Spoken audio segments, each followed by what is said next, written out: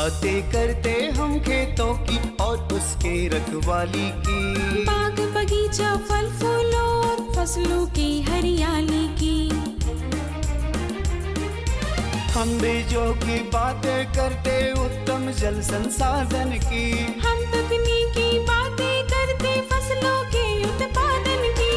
हर किसान का सपना सच हो जीवन सुखद बनाने को, गाँव-गाँव के हर आंगन का प्यारा सा ये दर्शन। कृषि दर्शन, कृषि दर्शन, कृषि दर्शन, कृषि दर्शन, कृषि दर्शन, कृषि दर्शन, कृषि दर्शन, कृषि दर्शन। कार्यक्रम कृषि दर्शन देखने वाले सभी दर्शकों को नमस्कार, जोहार। जी हाँ, हम जानते हैं कि आप हमारे इस कार्यक्रम का बेसब्री से इंतज़ार करते हैं, क्योंकि आपको भी पता है कि इस कार्यक्रम के माध्यम से कृषि जगत से जुड़ी तमाम जानकारियाँ हम आप तक पहुँचाते हैं। तो चलिए देर ना करते हुए हम आपको सबसे पहले दिखा देते हैं कृषि समाचार। नमस्कार, कृषि समाचार में आपका स्वागत है। मैं हूं शशि। आइए देखते हैं आज कृषि समाचार में क्या है खास। किसानों की आजीविका के लिए कृषि वानिकी प्रणाली होगी उपयोगी, फसल के किस्म और तकनीकी को मिलेगा बढ़ावा, लत्तेदार फ्रेंच बीन की खेती के लिए अनुशंसित प्रभेद में लगाएं स्वर्णलता। अब समाचार विस्तार से।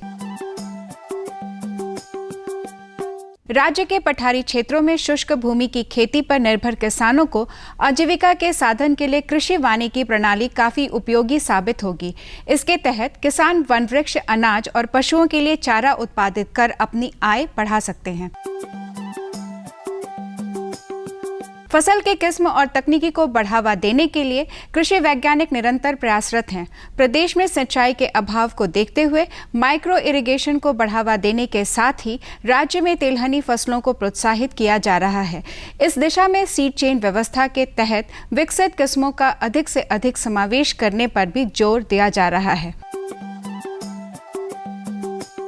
किसान भाई फसल की कटाई सही समय पर ही करें। सही समय पर फसल की कटाई नहीं करने से फसल में नमी ज़्यादा लग जाती है, जिससे कीड़े लग जाते हैं।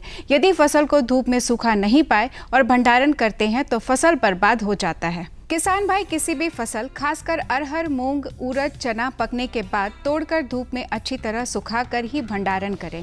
इससे कीड़े लगने का भय नहीं रहता और भंडारित फसल लंबे समय तक खराब नहीं होते हैं। किसान भाइयों को ये चीज़ जाननी चाहिए कि रबी फसल हो या खरीफ फसल हो, उस उचित समय पर ही कटाई करें।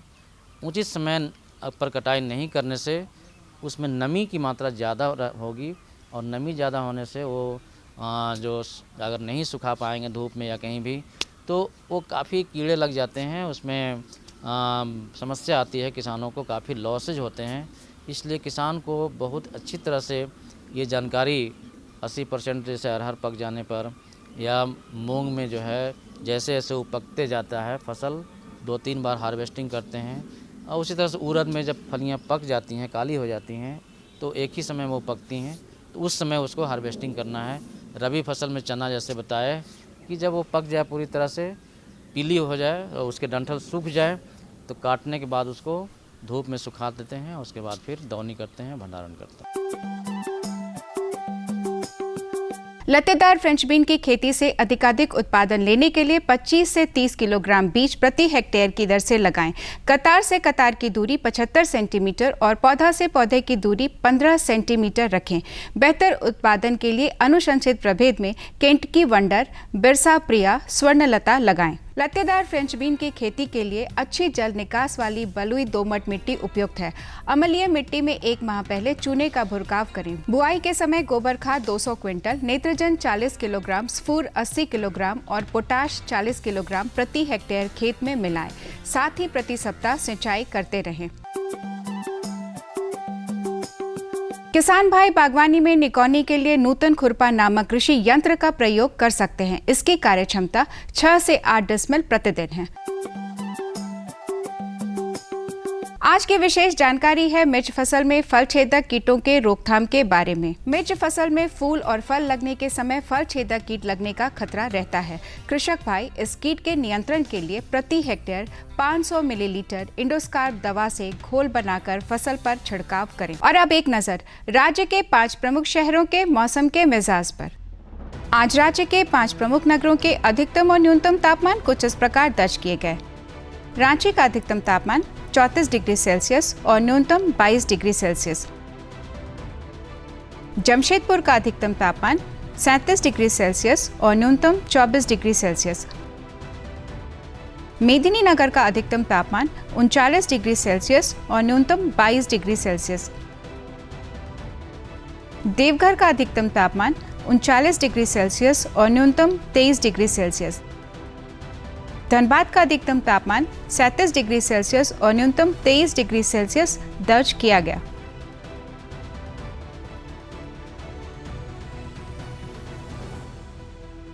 कृषि समाचार में आज इतना ही। अगले दिन अगले अंक में फिर मुलाकात होगी कुछ ताज़ा तरीन खबरों के साथ। तब तक के लिए दीजिए इजाज़त। नमस्कार, जोहार। तसर के कीट काफ़ी संवेदनशील होते हैं, उनमें काफ़ी रोग लग जाते हैं। तो चलिए आज इस फीचर के माध्यम से हम आपको बताते हैं कि उनका बीजागार किस प्रकार से करें, उनकी बीज उत्पादन किस प्रकार से करें। तो चलिए आपको सीधे वहीं लिए चलते हैं। बेहतर तसर उत्पादन और बेहतर तसर कीट पालन के विभिन्न चरणों में सबसे महत्वपूर्ण है तसर बीजागार में बीजों को रोगों से बचाना। बीजागार में बाहर से भी रोग आ सकते हैं और बीजागार के अंदर से भी रोग पनप सकते हैं। पहले बात करते हैं बाहर से आते रोग स्रोत और उससे बचाव के बारे में।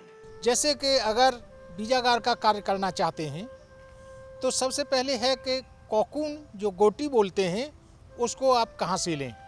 तो हमेशा ध्यान रखें कि जो कोकून आपको बीज बनाने के लिए लेना है उसका आप एक ट्रैक रखें कि वो कोकून कौन पैदा कर रहा है, कौन कीट पालन कर रहा है। वहाँ पर कोई बीमारी का प्रकोप तो नहीं हुआ है कीट पालन के दौरान। आप वहीं से कोकून लें जहाँ पर कि कोई पहले बीमारी का प्रकोप नहीं हुआ है। आप जहाँ तहाँ से बाज़ार से कोकून उठा करके नहीं लें, अपनी जानकारी में ले करके लें। अगर उनमें बीमारी के लक्षण हैं पेब्रिन के तो उस जगह के कोकून को आप बीज के लिए मत लीजिए। जिसमें है कि 100 आपने देखे और कोई आपको बीमारी का लक्षण नहीं मिला सूक्ष्मदर्शी में देखने पर, तो आप उस कोकून को अपने बीजागार के लिए ले सकते हैं। अब बीजागार के अंदर रोग की संभावना और उससे बचाव के बारे में जानते हैं। बीजागार में रखे जाने वाले नए कोकून को पहले रखे गए रोगग्रस्त कोकून, अंडे और तितलियों के रोगाणुओं से रोगग्रस्त होने का खतरा रहता है। इससे बचाव के लिए बीजागार में नए कोकून लाने से पहले बीजागार को वैज्ञानिक विधि से ब्लीचिंग पाउडर, फॉर्मेलिन दवा और चूना से विसंक्रमित कर लें। कि आप कोकून लेकर के आएंगे उससे पहले आपको बीजागार की तैयारी करनी है। अगर बीजागार आप ठीक से तैयार नहीं करेंगे तो बीमारी के उसमें रोगों के संभावना बढ़ जाएगी। इसके लिए क्या करेंगे कि कोकून खरीदने लाने से पहले 15-20 दिन पहले से ही आपको बीजागार को तैयार करना है। सबसे पहले बीजागार को सफाई करें अच्छे से। जो पिछला बीजागार किया गया है उसके वहाँ पर अवशेष रहते हैं, कुछ गंदगी रहती है, तितलियों के पंख रहते हैं और जो भी कचरा रहता है उसको अच्छे से साफ़ कर दें। दूसरा, उसके बाद उसमें पूरा बीजागार का 5% ब्लीचिंग पाउडर का घोल बना करके उसके पानी से उसकी सफाई करें। इससे क्या है कि वहाँ पर जो रहे कीटाणु हैं, बीजाणु हैं रोग फैलाने वाले, वो साफ़ हो जाएंगे। अब आपका ये तो हो गया कोकून रखने के दौरान। जब कोकून रखने के दौरान आपको बहुत ज़्यादा काम नहीं करना है, खाली ध्यान रखना है कि वहाँ पर वातावरण सही रहे। वातावरण से कहने का मेरा मतलब है कि तापमान और जो है आर्द्रता, नमी बराबर होनी चाहिए। अगर तापमान और आर्द्रता ठीक नहीं होगी, तापमान का कहने का मेरा मतलब है कि 28-30 डिग्री के आसपास रहना चाहिए और नमी जो है लगभग 70-80% होना चाहिए। अगर इसमें कहीं कमी है, जैसे गर्मियों के दिन में मार्च अप्रैल में होता है, कमी हो जाती है, तो इसको आपको जो है पानी डाल करके या गीला टाटका जो उसमें लगा करके आपकी खिड़की वगैरह में, या पुआल का जो है पानी लगा करके कर्टेन टाइप का बना के पानी डाल करके उसमें नमी और तापमान बनाए रखें। इससे क्या है कि आपका इमरजेंसी ठीक होगा और रोगों की संभावना कम होगी। तसर बीजों के बेहतर स्वास्थ्य के लिए बीजागार का तापमान और नमी अनुकूल रखें। एक सप्ताह के अंतराल पर ब्लीचिंग पाउडर के घोल से बीजागार को पोंछते रहें। पहले तो आपने साफ सफाई कर दी, लेकिन आपके जो वहाँ पर काम करने वाले रोजाना जाएंगे उनके द्वारा भी जो है बीमारी आने का संभावना रहती है। तो उसके लिए आप क्या करेंगे कि जो दरवाज़ा है बीजागार का, उसके सामने एक चाहे तो प्लास्टिक की ट्रे ले लीजिए या कोई लोहे की ट्रे ले लीजिए उसमें अगर फोम का टुकड़ा मिलता है तो फोम का टुकड़ा डाल दीजिए, नहीं तो ये टाटका बोरा होता है, जूट का मैट है, वो डाल दीजिए। और उसमें रोजाना 2% फॉर्मेलिन का पानी बना करके उसमें पूरी तरह से डाल दीजिए, गीला कर दीजिए। जब उसमें कोई भी जाएगा तो जूते अपने बाहर रखेंगे, जूते या चप्पल, और उसमें पैर रख करके खड़े होकर के आधा मिनट तब जाएंगे। तो इससे क्या होगा, बाहर से जो आपके साथ कहीं बीमारी आने की संभावना है, वो फॉर्मेलिन के पानी जो रहेगा मैट, उससे वो बीमारी जो है आगे नहीं जाएगी। ये सावधानी बरतनी होती है। कोकून से तितली निकलने के बाद पहले उसके स्वस्थ होने का प्रमाण जांच लें। जिनके पंख विकृत या मुड़े हुए हों या शरीर का रंग काला पड़ गया हो, ऐसे रोगी तितलियों को खत्म कर दें। किसी तितली का 200 से कम अंडे देना तितली और अंडे दोनों के रोगग्रस्त होने की पहचान है। तो तितली निकलने के समय आप जो है, जब उनका पेयरिंग हो जाता है, तो जब उनको पेयरिंग करके मेल और फीमेल, नर और मादा को, उनको एक अलग सही स्थान में रखें। ऐसा नहीं है कि जहां आपका मालाएं लटकी हुई हैं वहीं पर आपने जो है पेयर लगा के रख दिए हैं, जोड़े लगा के रख दिए हैं और वहीं अंडा देने देना। तो उससे जो तितलियां वहां से निकल रही हैं, उनकी धूल उड़ रही है, पंख उड़ रही है, उनमें जो है संभावना कंटामिनेशन की ज़्यादा रहती है। इसलिए उनको जो है उस रूम से अलग दूसरे रूम में रखें या ओपन बरामदा में रखें, जहाँ पर सीधे धूप नहीं लगती हो, हवादार जगह होनी चाहिए, तितलियों को हवा मिलनी चाहिए। और जब आप 3 दिन अंडा ले लेंगे, 3 दिन अंडा लेने के बाद सबसे पहली है रोग के रोकथाम के लिए एक बार सबको देखिए। अगर उनमें कोई तितली खराब लगती है, जब आप काम करते रहते हैं तो ये अनुभव हो जाता है। कुछ तितली हैं उनके पंख ठीक नहीं होते, मुड़े तोड़े रहते हैं, उसका मतलब है कि उसमें रोग की संभावना, वो तितली बीमार है, ठीक नहीं है। कुछ तितलियों की जो शरीर है वो काला पड़ जाता है, उनमें जो है स्केल्स होते हैं, पकड़ेंगे तितली को तो हाथ में आ जाता है पाउडर जैसा, तो वो झड़ जाता है, काला काला बॉडी दिखता है, तो उससे लगता है कि उसमें, तो इस तरह की जो तितली दिखती हैं आपको, मॉथ जो है, सिल्क मॉथ जो है, उनको सबको पहले ही हटा दीजिए। झारखंड के गांवों में यदि देसी तरीके से ग्रीन शेडनेट से बीजागार बनाया गया है तो उसे फॉर्मेलिन के घोल और झाड़ू से साफ करके हवादार बना दें। उसके बाद बीजागार को विसंक्रमित करके उसमें स्वस्थ कोकून रखें। जो ग्रामीण परिवेश में काम करते हैं उनका जो मैंने जो बताया कि जो अभी पक्का उनके पास कम है ग्रेनेज हाउस, बीजागार पक्के नहीं है ज़्यादातर, जैसे मेरे पीछे देख रहे हैं इस तरह के ग्रीन शेड नेट हैं। तो इनको जब कोकून लाने से पहले इनमें एक बार फॉर्मेलिन के पानी से पूरा इनको झाड़ देना चाहिए। झाड़ू लेकर के, जो नारियल की जो झाड़ू होती है, इसमें 6 दिन के रुक जाते हैं हवादार बनाने के लिए, उससे पूरा धो करके साफ़ कर दें तो हवादार बन जाएगा। और दूसरा जो मैंने बताया है, जो ग्रामीण बार हैं उनको सूक्ष्मदर्शी आजकल वैसे सबको सिखा दिया गया है। जो भी बीजागार का काम कर रहे हैं, गांव की दीदी और जो छोटे गांव के बच्चे हैं, भैया लोग हैं, बिना पढ़े लिखे हैं, वो कुछ नहीं पढ़ना जानते हैं, लेकिन पेब्रिन को पहचान लेते हैं। उनको सबको सिखा दिया है, वो माइक्रोस्कोप में देखेंगे कहाँ इसमें बीमारी है। तो आजकल सब जानते हैं, वो करना तो ज़रूरी है, चाहे गांव में है चाहे जो सरकारी संस्थान है। और दूसरा जो मैंने बताया है कि तितली को देख करके पहले छांट लें, वो सब लोग कर लेते हैं। तितली खराब तो नहीं है, पंख खराब तो नहीं है, उसका शरीर खराब तो नहीं है। और जो मैंने अंडा का बताया है कि अंडा कम तो नहीं दे रही है, एक तितली का अमूमन 200 से ज़्यादा अंडा देना चाहिए, लेकिन अगर 200 से कम दे रही है, इसका मतलब को शरीर में कुछ ना कुछ गड़बड़ है, कोई ना कोई बीमारी है। हाँ, झारखंड के परिप्रेक्ष्य में मैं बताता हूँ कि 2 बार बीजागार होता है। एक बार होता है जुलाई के महीने में और दूसरा होता है सितंबर के महीने में। तो जो जुलाई के महीने में वो तो अंडा अक्टूबर नवंबर में लिए जाते हैं, 6 महीना रखे जाते हैं, रहते हैं वहीं पर। और दूसरा जो सितंबर का है वो जो है कोकून तभी खरीदे जाते हैं 10-15 दिन पहले। तो इसकी केवल जो है आपको 20 जून से लेके 30 जून तक साफ़ सफाई करके तैयारी करनी है और जो है 15 दिन में ग्रेनेज हो जाता है। जो सितंबर में दूसरा होता है वो जो है 1-2 सितंबर से लेकर के और 15-20 सितंबर तक काम खत्म हो जाता है। तो खाली झारखंड में 2 ही बार होता है, लेकिन जो दूसरे स्टेट हैं मध्य प्रदेश, महाराष्ट्र, उड़ीसा, उनमें 3 बार होता है। तो 2 और 3 बार ही ग्रेनेज होता है। तीसरा ग्रेनेज होता है नवंबर में, मतलब जुलाई, सितंबर और नवंबर, साल में यही 3 बार होता है। झारखंड के किसान कभी कभी देर से खेती करते हैं, खासकर धान की। तो वैसे किसान जो धान की खेती करते हैं और उनको देर लग जाती है, तो उनको ज़रूरी है कौन कौन से उन्नत प्रभेदों का ये चयन करें ताकि वह उससे लाभ उठा सके। ये तमाम जानकारियाँ हम आपको देंगे इस फीचर के माध्यम से। तो चलिए हम आपको सीधे वहीं लिए चलते हैं।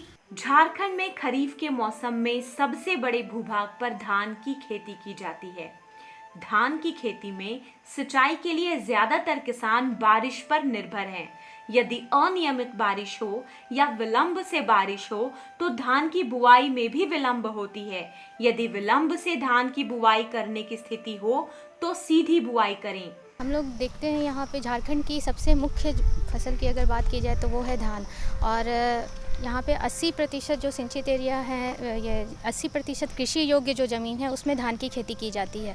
तो इधर कुछ वर्षों से हम लोग देख रहे हैं कि बारिश की बहुत ज़्यादा अनिश्चितता है, जिसकी वजह से किसान भाई कई बार खेत तैयार करने के बावजूद रोपा नहीं कर पाते, बहुत बार बुआई नहीं हो पाती धान की। तो इसकी वजह से काफ़ी उत्पादकता में भारी कमी आती है और किसान भाइयों को भी काफ़ी नुकसान होता है। तो ऐसे कंडीशन में हम लोग थोड़ा सा किसान भाइयों को ये जानकारी देना चाहेंगे कि किसान भाई जब भी आप इस तरह का मौसम की जो प्रॉब्लम या समस्याएं आती हैं, बारिश सही समय पर नहीं हो रहा है, ऐसे में किस्म का चुनाव पे खासकर ध्यान रखें। साथ ही अपनी जो पद्धति है खेती की या रोपा की, उसको थोड़ा सा परिवर्तन करने की ज़रूरत है।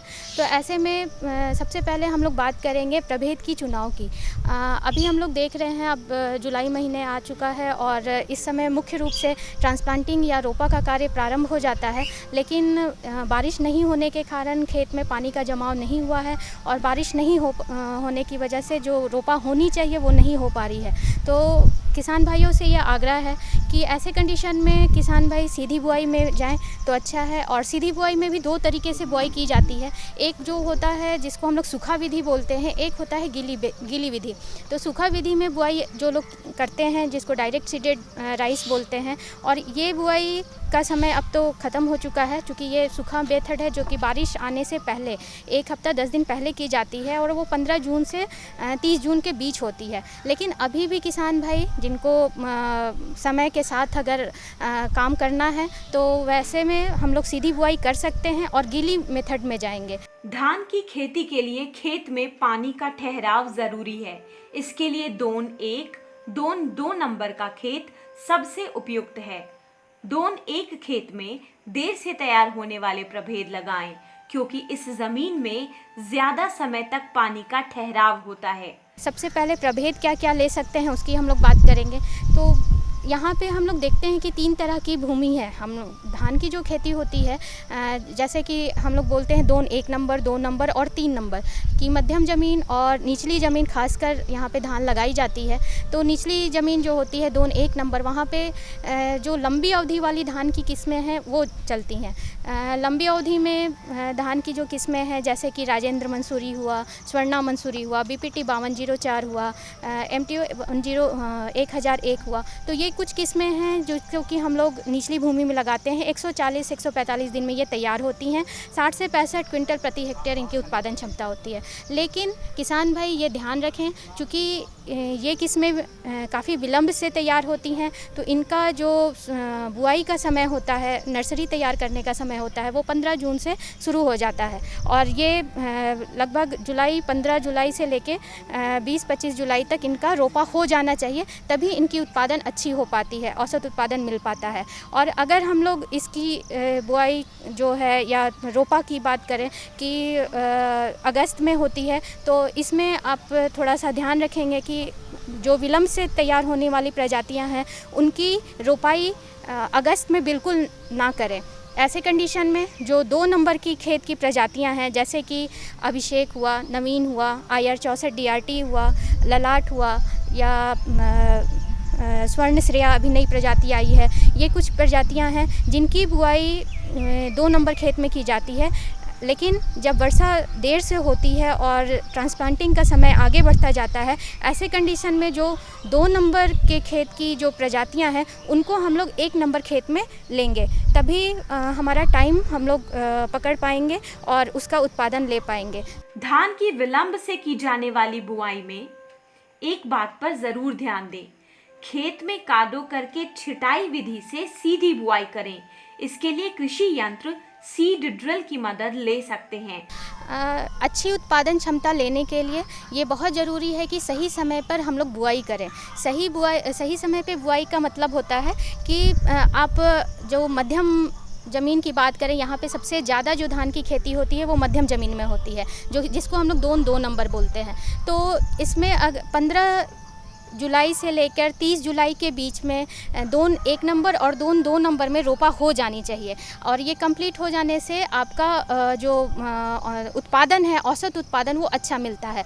अगर 2 नंबर में अगस्त में भी हम लोग रोपा कर सकते हैं, लेकिन 15 अगस्त से पहले, मतलब जुलाई फर्स्ट वीक, अगस्त फर्स्ट वीक, पहला हफ्ता में अगर 2 नंबर में रोपा कर रहे हैं तो पहला हफ्ता या दूसरे हफ्ते तक बुआई कर देने से भी हमें उत्पादन अच्छी मिलती है। लेकिन 1 नंबर में आपको हर हालत में जुलाई महीने में ही रोपा हो जानी चाहिए, नहीं तो आगे जाकर दाना भरने में बहुत समस्या आती है। दाना भरते समय टेम्परेचर लो हो जाता है, जिसकी वजह से दाना अच्छे से भर नहीं पाता और उत्पादन में भारी कमी देखी जाती है।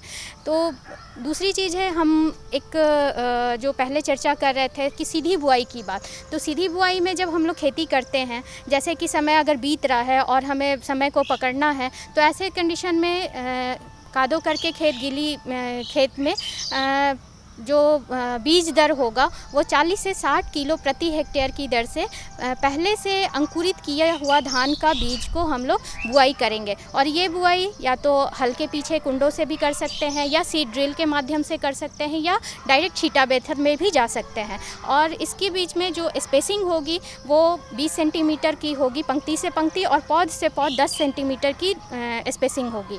बुवाई में अनुशंसित मात्रा में बीज अनुशंसित दूरी पर बोएं। वर्तमान महीना अगस्त में धान लगा रहे हैं तो जल्द तैयार होने वाले प्रभेद लगाएं। हम लोग देर से बुआई कर रहे हैं, तो यहाँ पे 1 नंबर खेत की जब हम लोग बात करते हैं तो इसमें जो भी किस्में 2 नंबर में लगाई जाती हैं वो हम लोग 1 नंबर में लगाएंगे। और उसके लिए आप अभिषेक हुआ, नवीन हुआ, स्वर्णश्रेय हुआ, ललाट हुआ, इन किस्मों को, IR 64 DRT, इन किस्मों को हम लोग 1 नंबर में लेंगे जब बारिश देर से होती है। और जब रोपा की बात आती है अगस्त माह में, तो हम लोग 2 नंबर की जो किस्में होती हैं वो 1 नंबर में लेंगे। मुख्य रूप से ये चूँकि मानसून लेट हो रहा है, तो इसमें हम लोग ये देखेंगे कि किसान भाई कम अवधि वाली किस्में का चुनाव करें, और इस बात का खास ख्याल रखें जो लंबी अवधि वाली किस्में हैं वो अगर मानसून और विलम्ब होती है तो उसको ना लगाएं, ताकि जो एवरेज उत्पादन है वो अच्छे से ले सके किसान भाई। तो ये खासकर ख्याल रखें कि कम अवधि वाली किस्मों का प्रयोग मानसून को देखते हुए किसान भाई करें। देर से लगाए जाने वाले धान के उन्नत प्रभेद और उनके लगाने की विधि, किसान भाई आप इस जानकारी का लाभ लें और धान की खेती से अच्छी उपज पाएं। तो कैसी लगी जानकारी? महत्वपूर्ण थी ना? हम आशा करते हैं कि इस जानकारी से आप ज़रूर लाभ उठाएंगे। तो किसान भाइयों, जाते जाते आप हमारा पता नोट कर लें, ताकि अगर आपके पास कोई भी जानकारी या सुझाव है तो आप हमें इस कार्यक्रम के माध्यम से या इस पते पर संपर्क कर सकते हैं। तो जल्दी जल्दी हमारा पता नोट कर लीजिए। हमारा पता है कार्यक्रम कृषि दर्शन, कृषि प्रकोष्ठ, द्वारा केंद्र निदेशक, दूरदर्शन केंद्र, रातू रोड, रांची। पिन संख्या है 834001। तो किसान भाइयों, जाते जाते हम आपको बता दें कि अगर आप हमारे साथ जुड़ना चाहते हैं तो फेसबुक, ट्विटर और यूट्यूब से भी जुड़ सकते हैं। तो कैसी लगी जानकारी आज के इस अंक में जो हमने आपको दी? आशा करते हैं कि ऐसी ही जानकारी लेकर हम आगे भी अंक में आपके सामने उपस्थित होते रहेंगे। तब तक के लिए कृषि दर्शन और मुझे दीजिए इजाज़त। नमस्कार, जोहार।